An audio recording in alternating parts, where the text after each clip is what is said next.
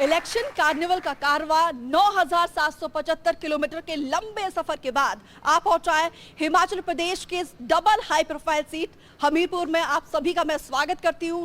हमीरपुर हिमाचल प्रदेश का सबसे छोटा इलाका है क्षेत्रफल के हिसाब से, लेकिन इसकी सियासी धमक और धाक देखिए दुनिया में, ना सिर्फ देश में बल्कि दुनिया में भी, क्योंकि दुनिया की सबसे बड़ी पार्टी बीजेपी के राष्ट्रीय अध्यक्ष इसी पार्लियामेंट्री से आते हैं। कैबिनेट मिनिस्टर अनुराग ठाकुर भी यहीं से आते हैं और ये हमीरपुर प्रदेश का एक ऐसा जिला है जिसने कांग्रेस और बीजेपी दोनों ही पार्टी से प्रदेश को मुख्यमंत्री दिया है। तो इसकी इंपॉर्टेंस को आप समझते हैं। जैसे कि हमारे शो का कॉन्सेप्ट है, हम अपने शो में कलाकारों को, स्थानीय कलाकारों को मंच देते हैं और उनके टैलेंट को हम दिखाने की ये कोशिश करते हैं। और इसी बीच हमारे साथ आ पहुंचे अनीश अरोड़ा, युवा है और युवा टैलेंट को आपके सामने दिखाने के लिए मंच पर मौजूद है।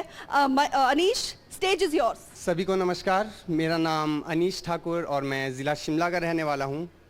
मैं आप सभी के सामने हिमाचल लोकगीत प्रस्तुत करने जा रहा हूँ, जो हमारे हिमाचल की संस्कृति और जो हमारी पहाड़ी सभ्यता है उन्हें दर्शाते हैं। तो मैं उम्मीद करूँगा कि आप सबको ये पसंद आएगा। हो हो हो हो हो हो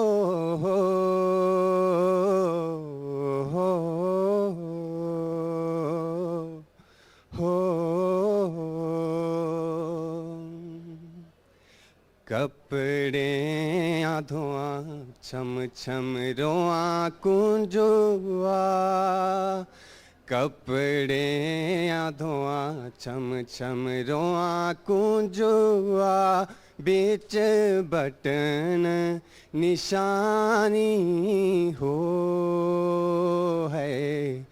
सुन मेरी ये जिंदे बीच बटन निशानी हो। बटने रागमाना तू करी चंचलो हो, बटने रागमाना तू करी चंचलो, चंबे चांदी बथेरी हो है। सुन मेरी ये जिंदे चंबे चांदी बथेरी हो। हुस्न पहाड़ों का ओ साहिबा, हुस्न पहाड़ों का क्या कहना के 12 महीने यहाँ मौसम जाड़ों का, क्या कहना के 12 महीने यहाँ मौसम जाड़ों का। हो हो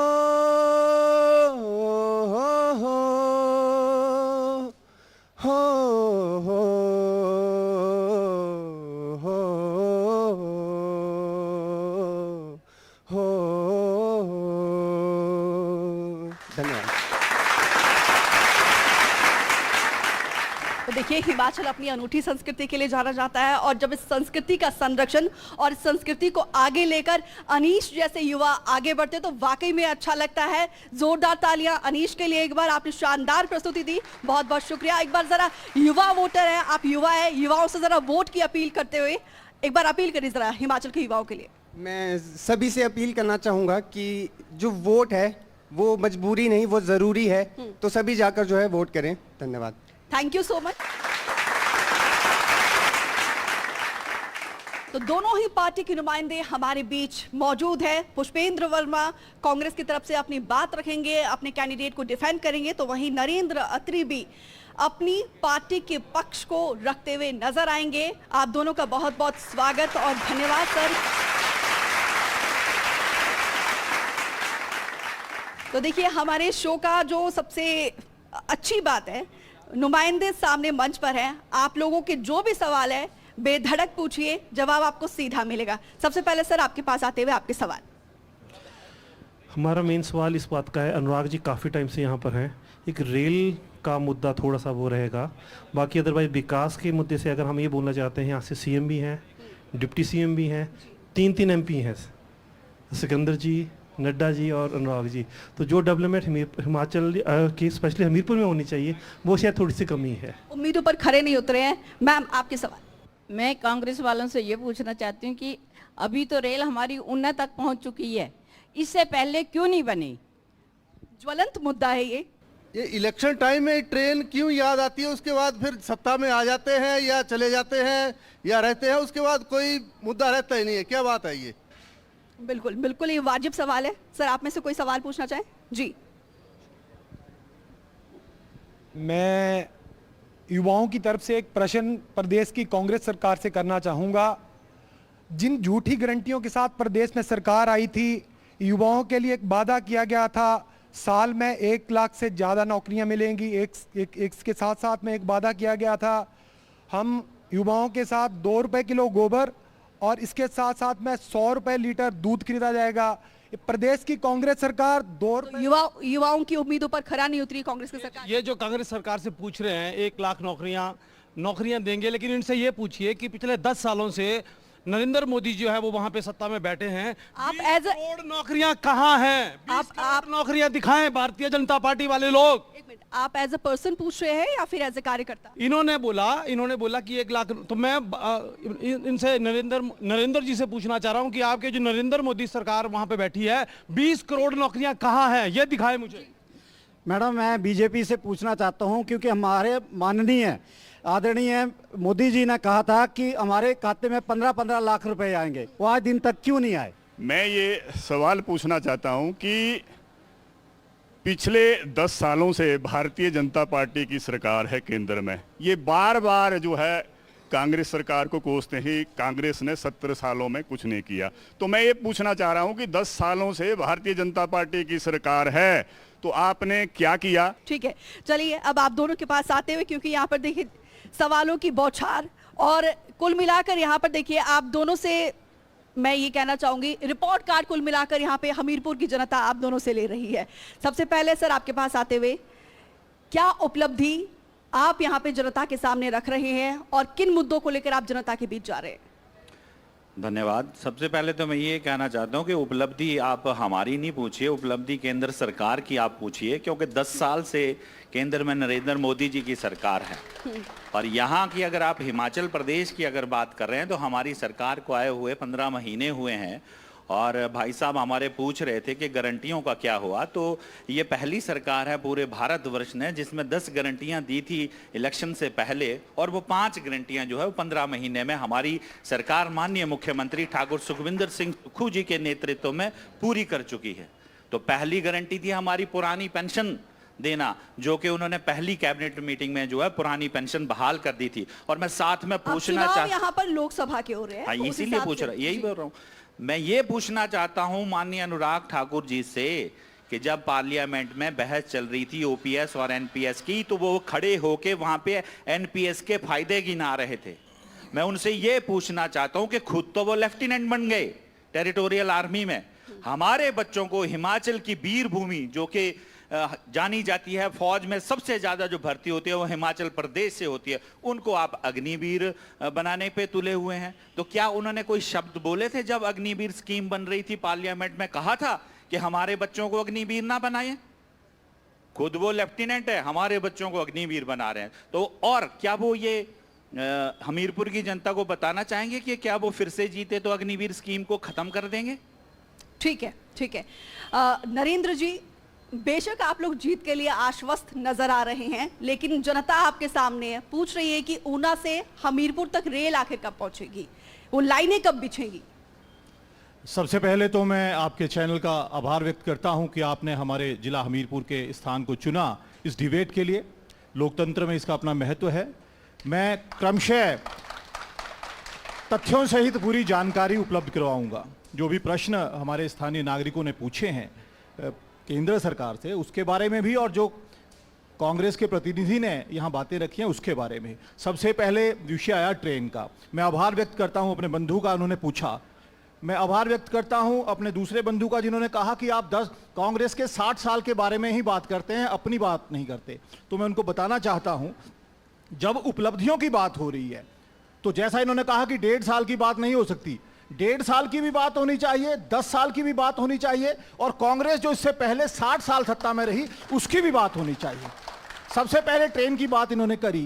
सन 1971 में नंगल से ऊना तक ट्रेन प्रस्तावित हुई, पर उसके बाद जब से देश आजाद हुआ, सबसे कांग्रेस ना तो शिमला से 1 इंच आगे बढ़ पाई, ना जोगिंदर नगर से 1 इंच आगे बढ़ पाई। यदि नंगल से ऊना तक ट्रेन पहुंची तो भारतीय जनता पार्टी के प्रतिनिधियों के प्रयासों के कारण पहुंची। ऊना से यदि अंब अंदौरा तक पहुंची तो भारतीय जनता पार्टी के प्रत्याशी, भारतीय जो आज देश के खेल मंत्री भी हैं। सर 10 सालों से आपकी सरकार है, सीधा सा सवाल सीधा सा जवाब मैं दीजिए वही बता रहा हूं। कोशिश नहीं, कोशिश अंब तक, कोशिश यहाँ तक पूरी क्यों नहीं की बात नहीं कर रहा हूं, मैं जानकारी मुहैया करा रहा हूं। जिस तरह इन्होंने प्रश्न पूछे उस पर आधारित जानकारी मैं मुहैया करवा रहा हूं। अंब इंदौरा जो हमीरपुर से लगभग 1 घंटे के डिस्टेंस पे स्थान है, वहां तक जो ट्रेन पहुंची तो श्री अनुराग ठाकुर जी के प्रयासों के कारण ही पहुंची। यदि दौलतपुर चौक तक जो ट्रेन है वो पहुंची तो अनुराग ठाकुर जी के प्रयासों के कारण ही है। ये तो पूछ रहे हैं कि हमीरपुर तक ट्रेन कब पहुंचेगी। यदि नंगल से अंब इंदौरा तक, दौलतपुर चौक तक ट्रेन पहुंची है, भारतीय जनता पार्टी ने पहुंचाई है, और यदि हमीरपुर पहुंचाएगी तो भारतीय जनता पार्टी ही पहुंचाएगी। पुष्पेंद्र वर्मा जी, अब क्योंकि आपके पास आते हुए आपको पता है आपके सामने किस तरीके की शख्सियत के साथ आप लोगों का मुकाबला है, इस बार क्या स्ट्रेटजी आप लोगों ने बनाई है सर? क्योंकि देखिए पहले कंफ्यूजन थी, रायजादा का नाम सामने आ रहा था, उसके बाद से उप मुख्यमंत्री का सामने आ रहा था,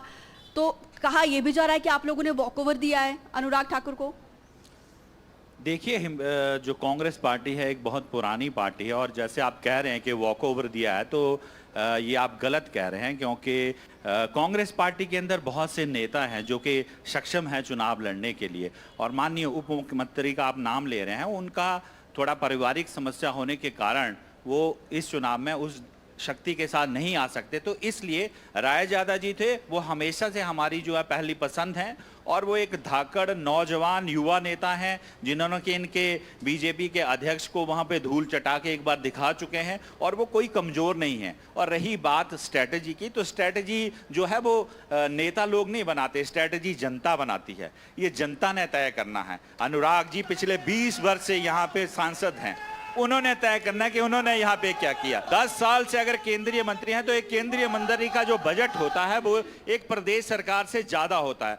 पहली टर्म में वो फाइनेंस मिनिस्टर रहे, और उन्होंने ऊना से हमीरपुर के जो तथ्य जो आप कह रहे थे मेरे भाई नरेंद्र अत्री जी, तथ्य ये हैं कि उन्होंने ऊना से हमीरपुर के लिए 1000 रुपये जो है वो फाइनेंस मिनिस्टर होते हुए उस रेलवे लाइन के लिए डाला। ये हमीरपुर वासियों के साथ मजाक है, तो इसलिए जनता तय करेगी कि स्ट्रेटेजी क्या है। और हम आज जो है अनुराग ठाकुर को बम्पर वोटों से जिताकर जो है हमीरपुर की जनता भेजती है।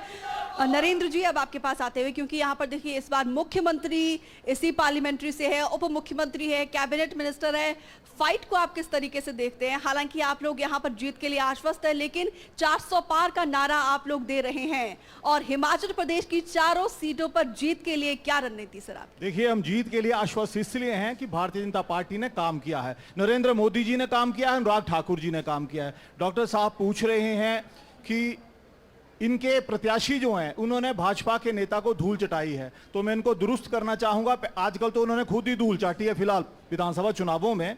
रही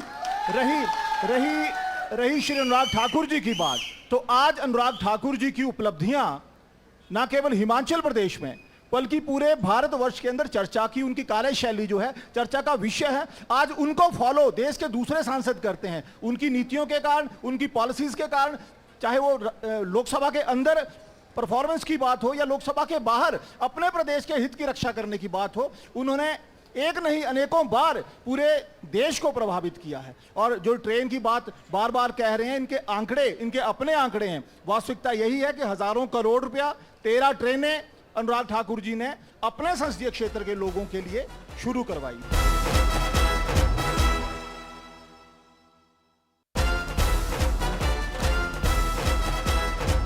डॉक्टर पुष्पेंद्र, क्योंकि देखिए आपके पास आते हुए मेरा अगला सवाल है, क्योंकि इस बार मुख्यमंत्री यहीं से है, उप मुख्यमंत्री यहीं से, कैबिनेट मिनिस्टर भी यहीं से है। इसके बावजूद हमने देखा कि पिछले कई बार से अनुराग ठाकुर को हमीरपुर की जनता बम्पर वोटों से जिताकर भेजती है। इस बार टफ फाइट देखने के लिए आप लोग क्या कर रहे हैं सर? देखिए, फाइट इस बार टफ ही है। मैं तो आपको पहले भी कह चुका हूं कि ये तो जनता ने तय करना है इस बार के क्या करना है। अच्छा, जनता का भरोसा जीतने के लिए क्या कर रहे हो ये बताइए? हम जनता का भरोसा जीतने के लिए हमने हमारे जो मुख्यमंत्री और उप मुख्यमंत्री को 15 महीने का जो समय मिला, उस 15 महीने के समय में हमने अपनी जो गारंटियां थी वो 5 की 5 पूरी करी। हमने महिलाओं को 1500 रुपए देने की बात कही थी, हमने वो पूरा करा। और जो बजट हमारा पास हुआ, जो हमारा बजट पास हुआ उसमें हमने 1500 रुपए रखा। और सबसे पहले इलेक्शन कमीशन में जाने के लिए, उसको रोकने के लिए, महिलाओं की उस सम्मान निधि को रोकने के लिए सबसे पहले जयराम ठाकुर जी वहां पहुंचते हैं, जबकि वो बजट में प्रावधान है। और इलेक्शन कमीशन ने भी उस बात को माना और उसने इस बात को सही ठहराया कि महिलाओं की सम्मान निधि को जारी रखा जाएगा और उनके फॉर्म आज भरे जा रहे हैं और वो भरते ही जा रहे हैं। तो ये बात मैं कह रहा हूं कि 15 महीने के अंदर माननीय सुखविंदर सिंह सुक्खू जी ने जो काम किए हैं, उन कामों के आधार पे आज आप गांधी चौक पे बैठे हैं। गांधी चौक का स्वरूप 15 महीने के, आप 15 महीने पहले आते तो देखते। और अरे भाई, अनुराग ठाकुर जी ने बोला था इसको बनाने के लिए बजट सैंक्शन करवाया था। अनुराग जी की नीतियों का जो फॉलोअप है वो दूसरे सांसद भी कर रहे हैं। तो उनकी एक सबसे बड़ी पीछे उन्होंने, अब उनकी सरकार थी, जयराम जी की सरकार थी, डबल इंजन की सरकार थी, तो मैं देखा करता था कि उनकी भी एक मेरा अस्पताल करके जो स्वास्थ्य जांच सुविधा चल रही थी। इसका मतलब ये हुआ कि जो उनकी सरकार थी वो स्वास्थ्य सुविधाएं बेहतर नहीं दे रही थी। इसका मतलब डॉक्टर साहब ये नहीं था, वो एफर्ट करने पड़ रहे हैं। वो खुद कह रहे थे कि उनकी सरकार अच्छा काम नहीं कर रही है। नरेंद्र अत्री जी, क्योंकि जनता का जोश और जज्बा आपको साफ तौर पर दिखाई दे रहा है, लेकिन जनता और ज्यादा उम्मीद करती है। कुल मिलाकर दिल मांगे मोर। और आज हम दिन भर जो है जनता के बीच थे, उनके मन को टटोल रहे थे। उनकी एक बड़ी समस्या ये भी सामने आई है कि इतने कद्दावर नेता बीजेपी के राष्ट्रीय अध्यक्ष यहाँ से आते हैं, कैबिनेट मिनिस्टर अनुराग ठाकुर यहाँ से आते हैं, इसके बावजूद तो युवाओं को बाहर जाना पड़ता है सर्वाइवल के लिए, नौकरी करने के लिए। देखिए डॉक्टर साहब भावुक हो रहे थे, डॉक्टर हैं, इनको मेडिकल की अच्छी जानकारी है, मैं इस बात से सहमत हूं। पर जो उन्होंने कहा, अनुराग ठाकुर जी के जो प्रयास हैं, जो उन्होंने कहा कि इनको अपनी सरकार पर विश्वास नहीं था, ऐसा नहीं है। इन्होंने, अनुराग ठाकुर जी की ही देन जो है, एम्स कॉलेज हमीरपुर संसदीय क्षेत्र के बिलासपुर में खुला, श्री अनुराग ठाकुर जी की देन है। यदि मेडिकल कॉलेज यहाँ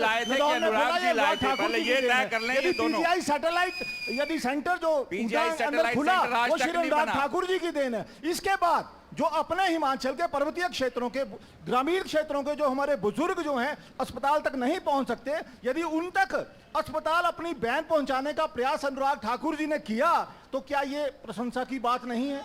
क्या यदि 10 लाख लोगों को, अपने संसदीय क्षेत्र के लोगों को वो टेस्ट वैन मुहैया करवाते हैं, सांसद अस्पताल उनके घर तक पहुंचाते हैं, तो ये प्रशंसा करनी चाहिए। हमीरपुर और कांगड़ा हिमाचल प्रदेश को देवभूमि के साथ वीरों की भूमि भी कही जाती है।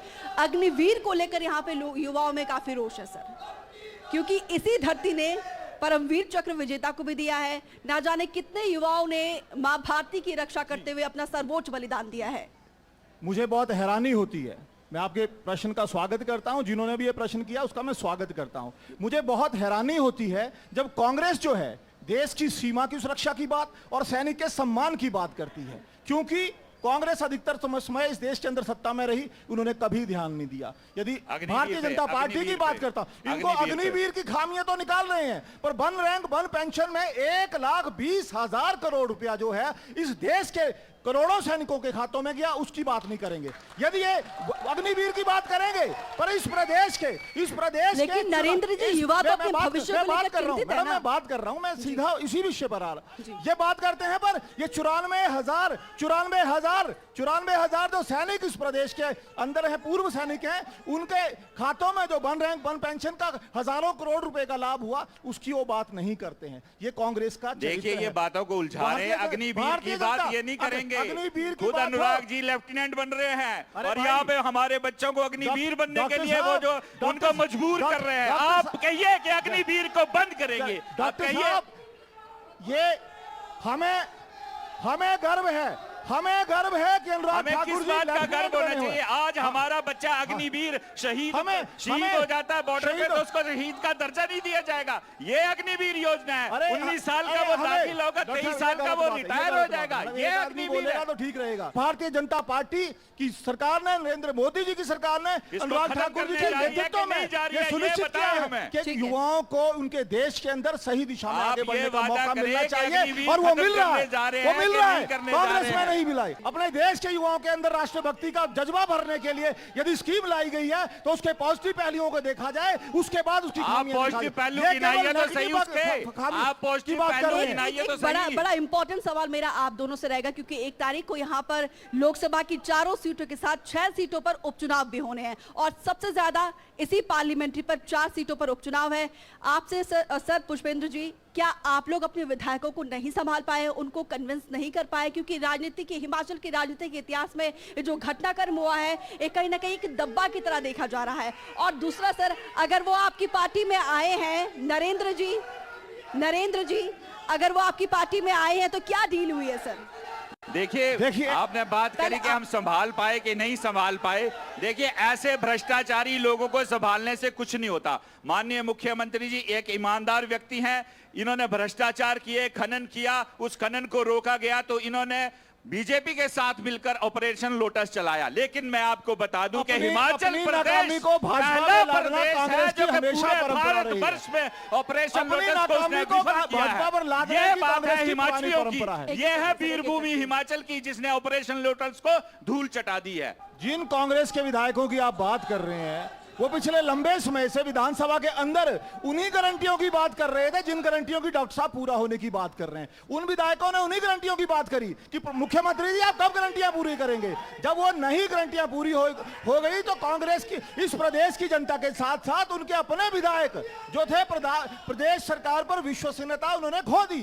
प्रदेश की सरकार ने विश्वसनीयता खो दी, और तब जाकर उन्होंने भारतीय जनता पार्टी में विश्वास किया। और यदि भारतीय जनता पार्टी के विचारों में, भारतीय जनता पार्टी के संस्कारों में कोई विश्वास करता है तो भारतीय जनता पार्टी उसका अभिनंदन करती है, उसका स्वागत करती है। लेकिन उससे आपके कैडर बेस कार्यकर्ता तो नाराज हो गए, जो सालों से मेहनत करके पार्टी को सींच रहे थे। भारतीय जनता पार्टी एक अनुशासित पार्टी है। भारतीय जनता पार्टी के संगठन में जो सर्वोच्च नेतृत्व कहता है वो किया जाता है। इनकी तरह नहीं, आपको पता ही है मैं क्या बोलूं, क्या क्या हिसाब किताब चला हुआ है। अनुशासन हमें दिख रहा है और अनुशासन हमने देखा भी है। डॉक्टर पुष्पेंद्र जी, क्योंकि आप लोग दोहरी परीक्षा से जा रहे हैं, अपनी सरकार को भी बचाना है और 4 सीटों पर राष्ट्रीय और स्थानीय मुद्दे कौन कौन से रहेंगे सर? देखिए, स्थानीय मुद्दे, लोकसभा का चुनाव है तो हम तो जो केंद्र सरकार से यही अपील करते हैं, मुद्दा ये है कि हमारे बच्चों का भविष्य जो आपने अंधकार में कर दिया है, वो अग्निवीर योजना को आप खत्म करेंगे कि नहीं करेंगे? निश्चिंत मैं आपसे नहीं लेना चाहता वादा, ये वादा चाहता हूं कि नरेंद्र मोदी जी आके बोले कि अग्निवीर को हम खत्म कर देंगे। इसमें कोई शक की बात नहीं है। महंगाई और बेरोजगारी को लेकर आप लोग बैकफुट पे हैं। लगातार जनता के बीच, ये ना सिर्फ हमीरपुर में, मंडी में, हिमाचल की बात नहीं बल्कि ऑल ओवर इंडिया में एक ज्वलंत मुद्दा है। इसके लिए क्या रोड मैप है? जहां तक महंगाई की मैडम आप बात कर रही हैं, महंगाई और बेरोजगारी दोनों। जब कांग्रेस सरकार इस प्रदेश के अंदर आती है तो सबसे पहले अब तक 7 रुपए ये प्रति लीटर डीजल का प्राइस बढ़ा चुके हैं। ये घर में यूज होने वाला डिपू का तेल जो है उसका मूल्य बढ़ा चुके हैं। एक नहीं अनेकों ऐसी चीजें हैं। मोदी जी कह रहे हैं कि मैं राशन फ्री दे रहा हूं, ये कह रहे हैं हम बढ़ा चुके हैं। टूरिज्म आधारित हिमाचल प्रदेश है। जो भी गाड़ियां आती हैं उन पर एक्स्ट्रा चार्ज जो है सुखविंदर सिंह सुक्खू जी की सरकार ने लगाया है। रोजगार हिमाचल प्रदेश में पर्यटन से सृजित होता है। उन सारी चीजों पर इन्होंने, सुक्खू सरकार ने 15 महीने के अंदर 2200 करोड़ रुपए रेवेन्यू जो है प्रदेश सरकार का बढ़ाया है, जो आज तक कभी नहीं बढ़ा इतिहास में। 25 करोड़ लोगों को देश के अंदर गरीबी रेखा से बाहर निकालने का काम नरेंद्र मोदी जी की सरकार ने किया। 80 करोड़ किया। 80 करोड़ लोगों को राशन दिया है, 80 करोड़ लोगों को दिया है। या आप आम जनमानस से पूछेंगे, जरूरतमंद से पूछेंगे, लेकिन रोजगार नहीं दे पा रहे। 80 करोड़ लोगों को जब इस देश के अंदर, इस विश्व ये मान रहे हैं ना कि गरीबी बढ़ी है, महामारी आई थी तो उस समय सहयोग किया था और संकल्प लिया है कि 2047 तक, 2027 तक इस देश के 80 करोड़ लोगों को, जरूरतमंद लोगों को जो है राशन दिया जाएगा। जहां तक रही रोजगार की बात, और 15-15 लाख भी आने 2014 तक केवल मैडम 350 स्टार्टअप इंडिया के अंदर थे, 350 स्टार्टअप थे। आज इस देश के अंदर 1,17,000 स्टार्टअप हैं। रोजगार आप डाटा देखिए तो प्राइवेट सेक्टर में 22% नौकरियां जो वो घट गई हैं। ये पता नहीं कौन से स्टार्टअप की बात कर रहे हैं। हमीरपुर को एजुकेशन हब भी माना जाता है सर, हमीरपुर को एजुकेशन हब भी माना जाता है, लेकिन आज जनता के बीच एजुकेशन हब हमीरपुर को हमारी सरकार ने बनाया। एक मिनट सर, बेशक, लेकिन जनता का ये कहना है सर, युवा जो है नौकरी के लिए उनको बाहर जाना पड़ता है। आखिर क्यों सर? जब एजुकेशन यहाँ पर है तो रोजगार उनको यहाँ पर क्यों नहीं मिलता? एजुकेशन हब इन्होंने कहाँ से बनाया? एकेडमियां खोल के एजुकेशन हब बनाया। चाहे बात हमीरपुर की, ग्लोबलाइजेशन का जमाना है, अब ग्लोबलाइजेशन का जमाना है। नौजवान जो एनआईटी जैसे संस्थानों से पढ़ते हैं, एनआईटी जैसे संस्थानों से पढ़ते हैं, वो कांग्रेस सरकार ने खोला है। आप बताएं। भाजपा ने खोला है भाई, भाजपा ने खोला है, भारतीय जनता पार्टी ने खोला है। और जानकारी ले। अरे तो उनको रोजगार के, अच्छे रोजगार के लिए उनकी एजुकेशन को मीट आउट करने वाली हुआ करता था वो एम्प्लॉयमेंट है, वो बाहर कांग्रेस सरकार ने बनाया। ये बताएं कि इन्होंने कौन सा एनवायरमेंट बनाया है, ग्लोबलाइजेशन का जमाना बनाया। मेडिकल कॉलेज जो है वो ठाकर सुखविंदर सिंह, अरे भाई वो भाजपा ने 2015 में देश के अंदर मोदी जी की सरकार थी और उस समय ही वो बनना शुरू हुआ। एक मिनट नरेंद्र जी, आपदा को लेकर मेरा सवाल था सर, क्योंकि कांग्रेस का लगातार ये कहना है कि आपदा में नरेंद्र मोदी जी सरकार ने 1800 करोड़ रुपया सैंक्शन किया, जिसका मिसयूज जो कांग्रेस सरकार ने हिमाचल के जनता 1800 करोड़ रुपया आपदा के समय में नरेंद्र मोदी जी ने दिया। आपदा के जब जैसे ही आपदा आई, हमारे देश के राष्ट्रीय अध्यक्ष भारतीय जनता पार्टी के आदरणीय जगत प्रकाश नड्डा जी, हमारे केंद्रीय मंत्री आदरणीय अनुराग ठाकुर जी सभा वहां पहुंचे, ग्राउंड जीरो पर पहुंचे और उन्होंने व्यवस्था करी। 1800 करोड़ रुपए का 1800 करोड़ रुपए जो नरेंद्र मोदी ने अपने सर्वेयर जो है वो हिमाचल प्रदेश के अंदर भेजे और उन्होंने खुद कहा कि हिमाचल प्रदेश के अंदर 11,600 करोड़ रुपए का नुकसान हुआ है और बाकी रही इनके 1800 करोड़ की, तो पता नहीं वो भी ट्रेन की तरह कहीं उन्ना स्टेशन पे ना रह गए। 1800 करोड़ 1800 करोड़ पहुंचे, 1800 करोड़ पहुंचे। कांग्रेस के नेताओं के रिश्तेदारों और उनके कुछ लोगों को द्वारा उसका मिसयूज किया गया, मिसयूज किया गया, misuse of funds. Anurag Thakur बताएं कि उन्होंने क्या अपने सैलरी से कुछ किया आपदा के लिए? एक और इम्पोर्टेंट सवाल डॉक्टर पुष्पेंद्र जी आपसे, क्योंकि कहा जाता है कि जब से आपकी सरकार यहाँ पर आई है, आरोप ये लगा रही है विपक्ष की यहाँ पे भ्रष्टाचार, खनन माफियाओं के हौसले बुलंद होते जा रहे हैं। कहाँ से बुलंद हो रहे हैं? आपके सामने आप खुद ही कह रहे हैं कि 9 विधायक अभी पालमपुर के उन्हीं के ऊपर तो लगाम लगाई, उन्हीं को तो ये 9 को खरीद के लेके गए हैं, उन्हीं चार गुना अपराध की दर हिमाचल प्रदेश में बढ़ी है एक साल। उनके भ्रष्टाचार को रोके इन्होंने, ऑपरेशन लोटस इन्होंने चलाया तभी उनके साथ मिलके, तो भ्रष्टाचार खनन इन सब को रोका गया। और हमीरपुर क्या हिमाचल की जनता जानती है, एक युवक को इतने 15 टुकड़े उसके किए जाते हैं चंबा के अंदर। पालमपुर में 10 दिन पहले, 15 दिन पहले एक बेटी पर एक सरफिरा जो है वो 12 बार दराट से हमला करता है।